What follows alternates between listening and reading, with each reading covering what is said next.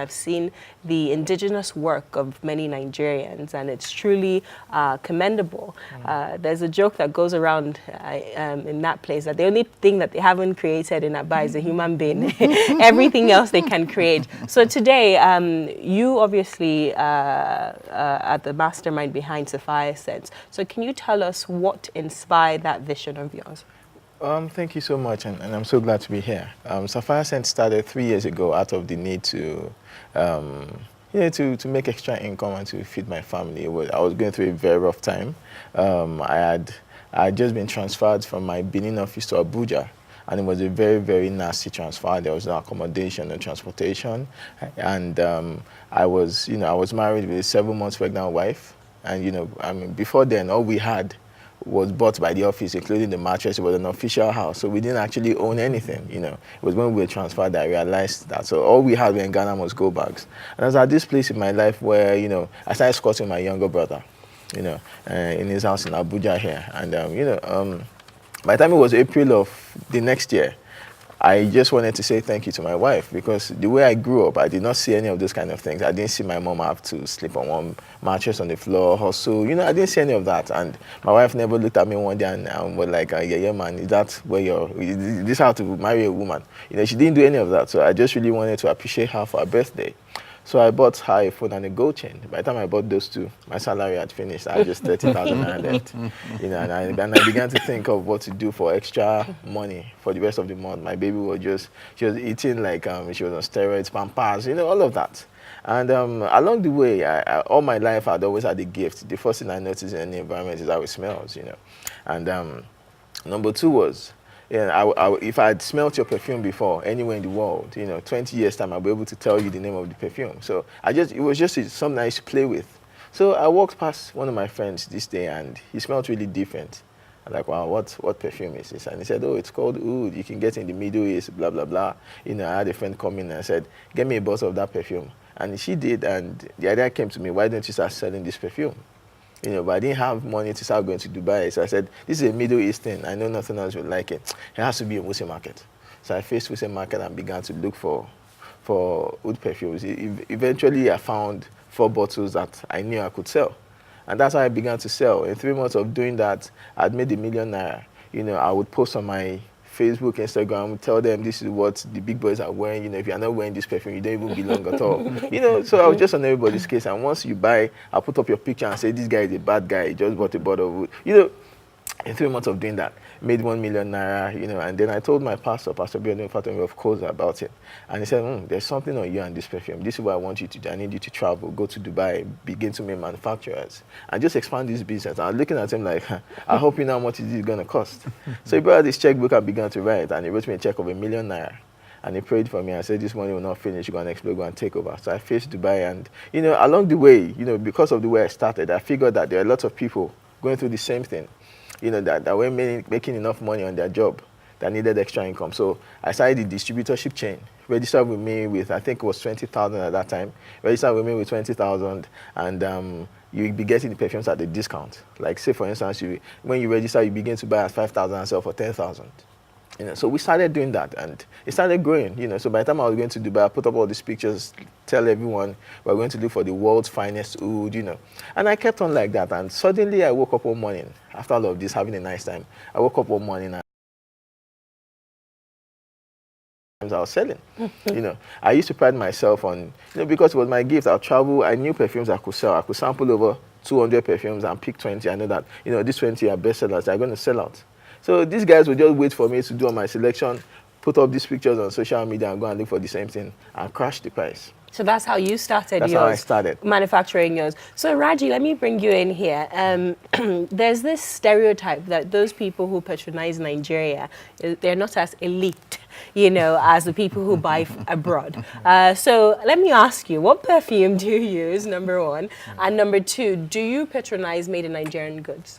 Yeah, my favorite perfume is actually Issey Miyake, so it has a really nice scent to it. Since the first time, I actually took it from like my dad one time and just pressed it, and then I went out and everybody was looking at me differently, like, whoa, and just being approached, I was like, okay, I like this, and that was something I just stuck with. Obviously, I still like Paul Smith and all the others, but I wouldn't say, I definitely patronize made in Nigeria products. I like them a lot.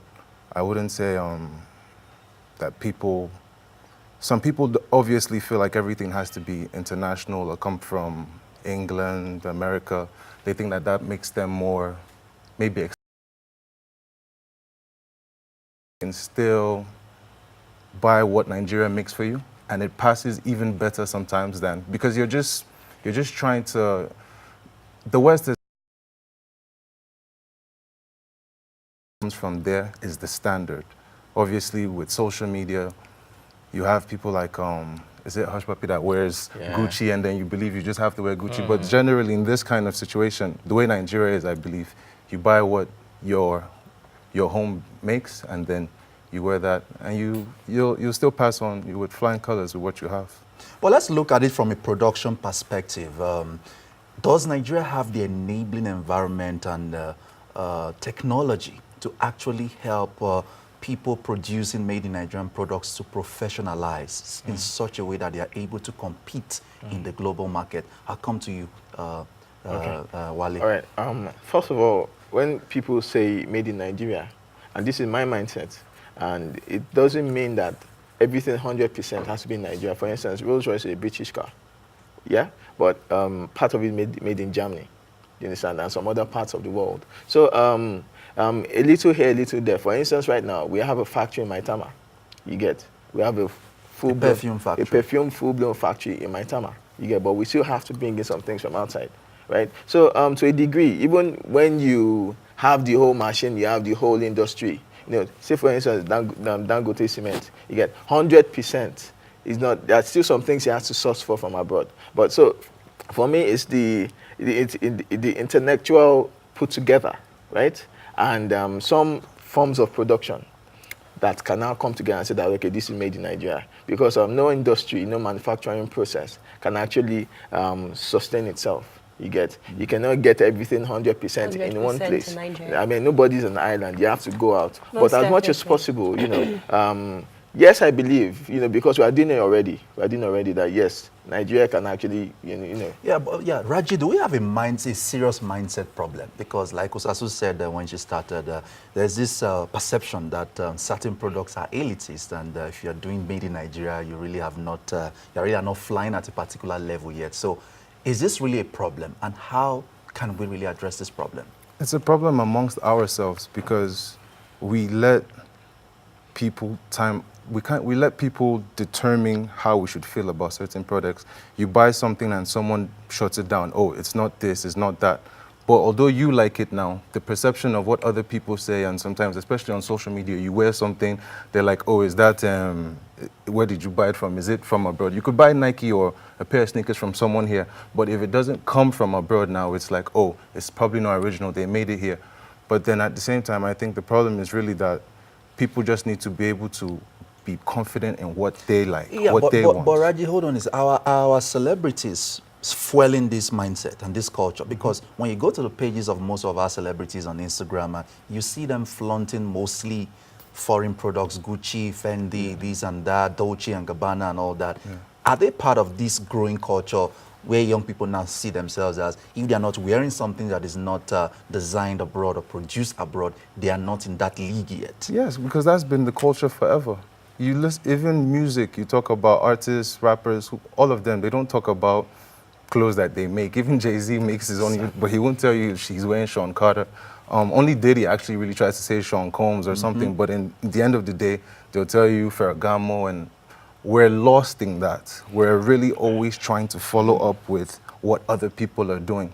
But if we actually have time to just look at what we can create and what we make, because we make actually awesome stuff, and now the West is actually wearing our things, and now we're trying to now get back and say it's the West us. really wearing our products. Yes, they are something to Yes, they are. No. Yes, they are something to this. Ankara is not. Let me ask Harrods, Africa. but Harrods was selling Ankara for Gentlemen, 8,000 but let me pounds. hold on we that. went to the Ankara is streets. actually not We went to Nigerian, the but let's streets take and it. asked everyday Nigerians their opinion on this topic. All right. Let's take a look at that.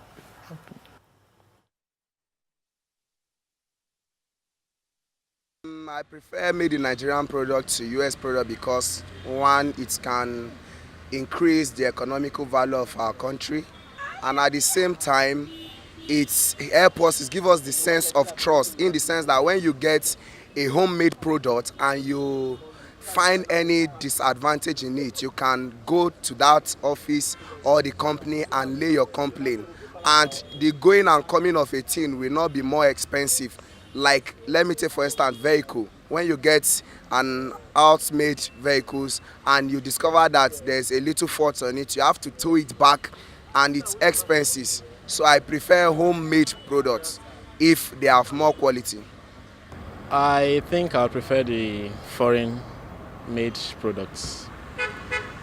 This is because I think they are more of higher quality compared to our made in Nigerian products. Because in Nigeria, we always there's a tendency of being cheated. There's a tendency of wanting to gain just to make money, and then they end up giving you something that is of lesser quality compared to the foreign stuff. So I would always prefer the foreign products. So, all right, examples like cars, for example, mobile phones, sneakers, yeah, jean wears. I saw some jeans and they were like, yeah, it's quality, but then when you soak it in water for the first time you wash, you just notice that the color is draining down from it, and you say that no. So I always prefer the foreign products to Nigerian made quality products. Yes, of course. If you look at it, although we go by the trend of changes and probably what we do here on our everyday basis, people prefer to be addressed that they are putting on something from the foreign world, being it the authentic one.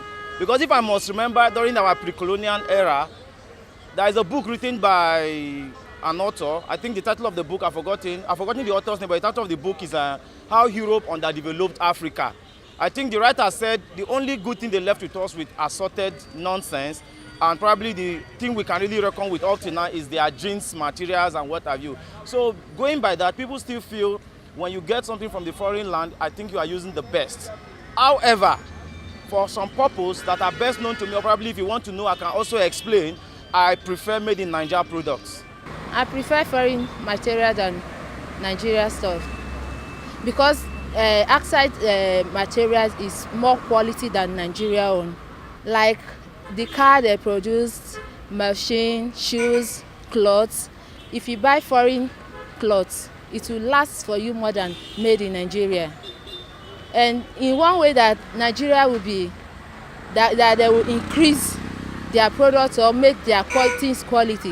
They have to try and put on things in order to produce quality materials that will encourage us not to be patronizing foreign exchange again. As at now, my country is Nigeria. I prefer made in Nigeria right now, because our country is trying and do something that I can even like it, so that there are something like we can relabel on it. Especially now, like me now, for example, I'm working in sites. So I prefer ties, Nigeria ties, you understand, than Spain ties, because that one is cheaper. Our Nigeria country. Welcome back to the program. Well, gentlemen, you heard it. Some people believe that made in Nigerian products are inferior to products that are imported. A gentleman said his jeans, once he washes it for the first time, it starts to fade. Is there any truth to this from your perspective? And do you believe that we can do more? We can do more in terms of quality of our products? All right. You see, one thing I've noticed about the Nigerian market is Nigerians buy quality regardless of where it's made. That's one thing I've come to notice. And I'll give you an instance. Something happened to me early this year. I traveled and I bought, I'm a big Versace fan, I bought a Versace purse, I'd been saving for it, praying, eventually I bought it. So I was just feeling myself just walking down one day and crack, my strap cut. What? It was a 500,000 naira Versace purse. So I was livid. But then I just, it was like a mind reset for me. So I picked up this purse and I just began to look at it. Okay, let me just actually, forget about all the hype now. Let's critically look at this product. It was just a calfskin leather with a logo on it and a strap that anybody in Kaduna or Kano could have made. But what happened? Perception. You know, you watch the movies, you know, the stars walk out in Versace. You watch you think of Biggie. Anytime you can remember that guy with his black face and the Medusa logo here. You get, so it's been sold to us in pop culture, on TV, in music, everywhere. You know, so we have come to accept it as, you know what, this is the standard. And you know, you open your TV, you're watching a movie, then suddenly they bring out this Apple phone and they're calling the Apple laptop. You know, and we just feel those things happen. You know, as if it just came there. No, they paid for it. You know, because I'm in that line now, so I really begin to understand most of these things. They were paid for. Those are actually commercials. If you watch AY's new movie, Merry Men, it mentions Sapphire Scent there. So I started doing all of those. Right? Any other movie, any other thing that is happening in Nigeria right now, I try to be a part of it, and it's reflecting in sales. Because the norm, you understand, the norm, so I began to understand that these things didn't just happen.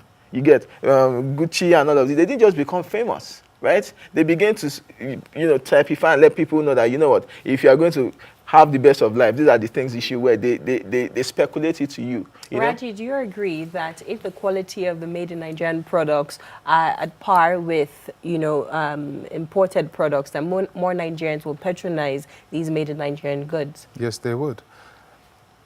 Even to piggyback on what the guy said, when we buy products now, if you buy a pair of jeans, shirt or something, if it's not good, first thing the person does, even if they buy it here, they go to social media and put it out. Bam. Now, when the pleased customer just wears it and is walking around and doing it, but the person that's not happy, they put it on, and then you have an influx of people who are displeased that jump.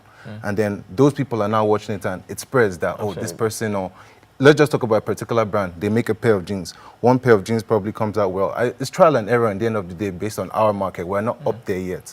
So you make something nice, people buy it. It doesn't come off, maybe something spoils, even wedding fits. Then the people decide, oh, the person comes out and say, can you imagine this designer, this and that, without giving them the opportunity to actually probably even make a repair on the, you've messed up their brand. You've decided that person can't, but it's a learning, but we just shoot down the minute it doesn't work out for us. And I think that also kind of leaves a stigma on people's brain, like, oh, I wouldn't buy this, might as well, why didn't I just buy abroad? And then that is how it flows, and then we just think that. Okay, from a policy perspective, what do you think the Nigerian government can do to help businesses like yours? You produce perfumes in Nigeria. Because before we went on the break, we're trying to talk about, you mentioned the fact that certain Ankara designs are sold abroad from Nigerians. And I said to you that Ankara is not actually Nigerian. Ankara is Dutch. This Ankara I'm wearing, this is made in Nigeria, but this fabric, is not a Nigerian fabric. It's a Dutch fabric. So for every of these that I wear, and parade myself like I'm wearing a made in Nigerian product, there's some money going back to someone in Denmark. You get what I'm saying?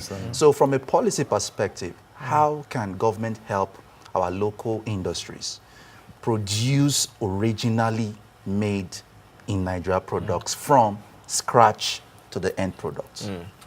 I said something in the beginning that no production exists on itself. Right? You have to take a little there, bits and pieces. For instance, what I'm wearing is actually made by a Nigerian. It's a jacket. It has my face at the back. See? It has my face at the back. Made by this. But this textile produced in Nigeria. That's what I'm saying. It can be produced in Nigeria. That's where I'm trying to get to. That's what I'm saying. That no form of production, 100%. You get, even if it's just the thread. Even if it's just the button, you get, some would have to come elsewhere. You get, think of any product in the world, none of them is 100%. And like I made the inference to Rolls-Royce. Rolls-Royce is British, proudly British. The Queen drives it, everybody, oh, this is, if they want to say something is 100% British, they talk about the Rolls-Royce. But parts of it are made in Germany, parts of it are made elsewhere. You get, so for Nigeria and, 100%, I think it's something we can get because we're very, very, very, very creative. And I'll give you, for instance, and the government actually has been helping. When we started, right, and I got to a stage, and every morning I wake up with fear, like, what if now that just shows up right now? What, that kind of thing. And you see, they need to change the things they publicize. If you watch, anytime you hear NAFDAC, they went to shut down somewhere. They went to close down one place. That's what they show us. They don't show us the other side. So we chopped liver and went to meet NAFDAC and said, okay, we are doing perfume. What do we have to do? And they helped us through all the process. Not only NAFDAC, SON. So we have NAFDAC, we have SON certified, both of them. You get, and these guys, they virtually bent over backwards to make sure that we got this right. You know, so they need to be able to tell that story as well. Okay, Yeah. so very quickly, how do we deal with this issue of this issue that's also demarketed made in Nigerian products, even within Nigeria? Right. So you see a product on social media, you place an order, Right. and what is advertised is not really what you get. That has happened to me. And that's not only made in Nigeria. That's not only made in Nigeria. That's People need to everywhere. understand There's this. stores particularly abroad. made in No, no, Nigeria. no. In fact, it's more abroad. It happens more abroad than it does here You see, in Nigeria. people need to because get in this. Nigeria, it's like easier access. Yeah. But Yeah, you yeah, order. yeah, yeah, No, taking it I'm easy serious. on our You order. There's a store. In fact, I will mention them. ASOS. You go on ASOS is a British store. Yeah. You go on ASOS and you order like a really nice, sexy dinner dress, and when it comes, it looks like something that. So you are not The way encouraging- it's you are funny not enough, encouraging our material- I understand what you're saying because let's not use ASOS bad example to You know, justify but- Nigerian I'll producers. tell you what, yeah. You see, many people feel that, and this is generally, and that's one of the reasons, well, the major reasons. See, before we go into perfumes, we made our mistakes, but we made up our mind that whatever the height was, that's where we were going. So when people started seeing our billboards all over town, they didn't know, they didn't believe, they could not think it was a Nigerian company. People felt like, oh, it's some foreign company that was doing this. Because see, many times I would walk into a perfume store and I'll leave there depressed. You know why? Because they didn't have anything on me. They couldn't make better perfumes. They just had better packaging, right? So we went all the way. You get, I mean, if I mention the figures we spent on packaging and stuff, it's crazy. Well, as you said, packaging is very important. it's and also, everything. I think you made a very salient point when you said 100% doesn't necessarily need to be Absolutely. produced Yeah, in absolutely. Nigeria. Absolutely. So I think that's also something that we must, Yes. you know, keep our eyes open for. Well, gentlemen, thank you so much for joining us in today's you. program. We Thank had so much fun discussing this topic. We'll take a break right now. When we return, we'll bring you the trending issues on social media. Don't go anywhere.